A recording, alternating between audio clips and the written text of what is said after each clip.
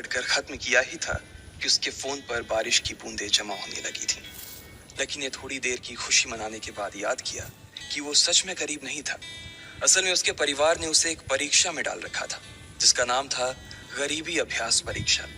इस परीक्षा के तहत लकी को अग्रवाल खानदान में उसके नाम की जमीन और जायदाद पर तभी हक मिलने वाला था जब वो इस परीक्षा को पास कर लेता। अचानक से उसे याद आया कि वो गरीब नहीं था बल्कि गरीब होने की परीक्षा दे रहा था। हालांकि परीक्षा देते देते उसे 8 बरस हो चुके थे, इसलिए उसे एहसास होने लगा था कि वो कभी परीक्षा को पास ही नहीं कर पाएगा और हमेशा हमेशा के लिए गरीब ही रह जाएगा। अच्छा हुआ चली गई, अब मिलना कभी। लकी ने होटल की तीसरी मंजिल की ओर देखा और पानी के अंदर ही अपना पैर पटक दिया। वो डिम्पल को कोस रहा था। उसने अपनी मोटरसाइकिल उठाई और फिर से चमन मेडिकल स्टोर जाने के लिए मुड़ने लगा। अगले दिन जब लकी की आंख खुली तो वो सीधा उठा और तैयार होकर शहर के सबसे बड़े बैंक न्यू सिटी बैंक पहुंच गया। न्यू सिटी बैंक न सिर्फ शहर का सबसे बड़ा बैंक था बल्कि वो सबसे अमीर बैंक भी था। वहां पर शहर के सबसे अमीर लोगों के ही पैसे जमा किए जाते थे। लकी वहां पैसे को निकलवाने के लिए जा रहा था। New city bank south Delhi में बसा हुआ था और उसके दरवाजे के बाहर महंगी से महंगी गाड़ी खड़ी थी। भाई, अब इसमें से कौन सी नई गाड़ी लेगा, लकी ने मन ही मन सोचा। उसे यकीन नहीं हो रहा था कि कल तक तो वो एक मोटरसाइकिल तक नहीं खरीद पा रहा था और आज वो एक कार, और वो भी इतनी महंगी कार खरीदने की सोच रहा था। फिर उसने अपनी नजर गाड़ी पर से हटाई और बैंक के अंदर जाने लगा।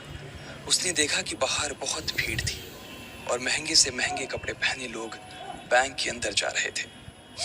कहाँ दवाओं की बदबू और कहाँ ये खुशबू। उसने एक बहुत ही गहरी सांस के अंदर ज्यादा से ज्यादा खुशबू को समेटने की कोशिश करते हुए अपने मन में सोचा, लेकिन अगले ही पल उसके मन में संकोच पैदा हो गया था। रातों रात लकी की किस्मत तो बदल गई थी, लेकिन उसके कपड़े नहीं बदल पाए थे। इतने बड़े बैंक में वो वही कपड़े पहनकर आ गया था जो वो अक्सर अपने काम पर पहन कर जाता था। पैसे लेते ही ना सबसे पहले नए कपड़े खरीदने, लकी ने अपने आप से कहा और फिर बैंक के अंदर दाखिल होने लगा। जैसे ही उसने दरवाजे को धक्का दिया, उसे आवाज आई, आउच! लकी थोड़ा सा हड़बड़ी में दिखाई दे रहा था और इस जल्दबाजी के चक्कर में वो एक लंबे बाल वाली लड़की से जा टकराया था जो कि उसके बगल में ही चल रही थी। माफ करना, मैं आपको देख नहीं पाया, सॉरी। लकी ने तुरंत उससे हाथ जोड़कर माफी मांगते हुए कहा। उस लड़की ने इतने अच्छे कपड़े पहन रखे थे कि उसे देखकर ही लग रहा था कि वो किसी अमीर घराने की लड़की थी, इसलिए सॉरी बोलते वक्त ना चाहते हुए भी लकी के हाथ उसके सामने जुड़ गए थे। लेकिन जब उस लड़की ने लकी के कपड़े और उसके हुलिये को देखा तो उसने अपनी नाक भौं सिकोड़ ली। वो लगभग हर रोज इस बैंक में आया और जाया करती थी, लेकिन उसने आज तक इस बैंक के अंदर लकी जैसे फटीचर आदमी को घुसते हुए नहीं देखा था। उसके बालों में से आंवले की तेल की गंध आ रही थी। उसने गुस्से भरी नजरों से लकी की ओर देखा और बोली, क्यों नहीं देख पाए? मैं क्या ट्रांसपेरेंट हूं? तुम्हें इतनी बड़ी लड़की दिखाई नहीं देती? इससे पहले कि बात आगे बढ़ती, उस लड़की ने देखा कि इस बैंक की मैनेजर यास्मीन पटेल उन दोनों की ओर बढ़ी चली आ रही है। उसने भी लकी को देखकर वैसी ही शक्ल बनाई थी जैसी शक्ल उस लंबी लड़की ने बनाई थी। I am so sorry miss, आपको कहीं लगी तो नहीं? यास्मीन ने उस लड़की से पूछा और फिर घिन्न भरी नजरों से लकी की ओर देखने लगी। लकी तमतमाती आंखों से उन दोनों को देखा जा रहा था। वो जानता था कि उसने इतनी जोर से भी दरवाजा नहीं खोला कि उसे चोट लग जाए, लेकिन असल में उसे यह मालूम नहीं था कि वो लोग उसे नहीं बल्कि उसके कपड़े को देख रहे थे। यास्मीन ने लकी को ऊपर से नीचे तक देखा और ना जाने उसके मन में क्यों शक पैदा हो गया। क्या आप मुझे बता सकते हैं कि आप यहाँ पर किस काम से आए हैं? यास्मीन ने बड़ी मुश्किल से अपने चेहरे पर एक मुस्कान लाते हुए कहा। वो उसका हुलिया देखकर ही समझ गई थी कि वो यहाँ का कस्टमर तो नहीं था। लकी ने अपने आप को संभाला और कहा, हाँ, वो मैं अपना पैसा निकलवाने के लिए आया था। पैसे निकलवाने के लिए आए हो? यास्मीन ने लकी की बात को ही दोहराते हुए कहा। वैसे तो वो लकी की बात पर जोर से हंसना चाहती थी, लेकिन उसने अपने आप को थोड़ा सा काबू में कर लिया था। लकी की बात सुनकर उसे लग रहा था कि वो कोई पागल था जो यहाँ जबरदस्ती घुसा चला आ रहा था। हाँ, तो क्या आपके पास कार्ड है? यास्मीन ने उससे आगे पूछा।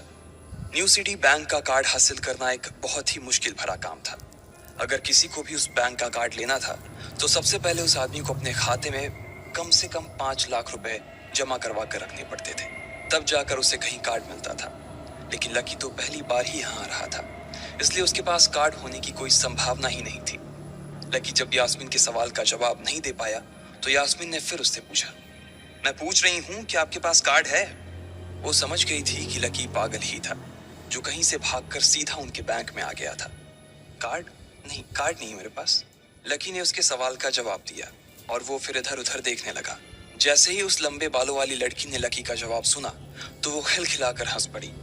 यास्मीन को तो सिर्फ लग रहा था कि वो पागल है, लेकिन वो लड़की तो अपने मन में मान चुकी थी कि यह लड़का कोई पागल ही है, जो कहीं झोपड़ पट्टी से यहाँ आ गया है।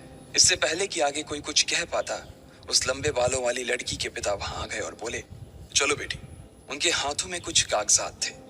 लकी ने देखा कि उन्होंने महंगा सा सूट पहन रखा था।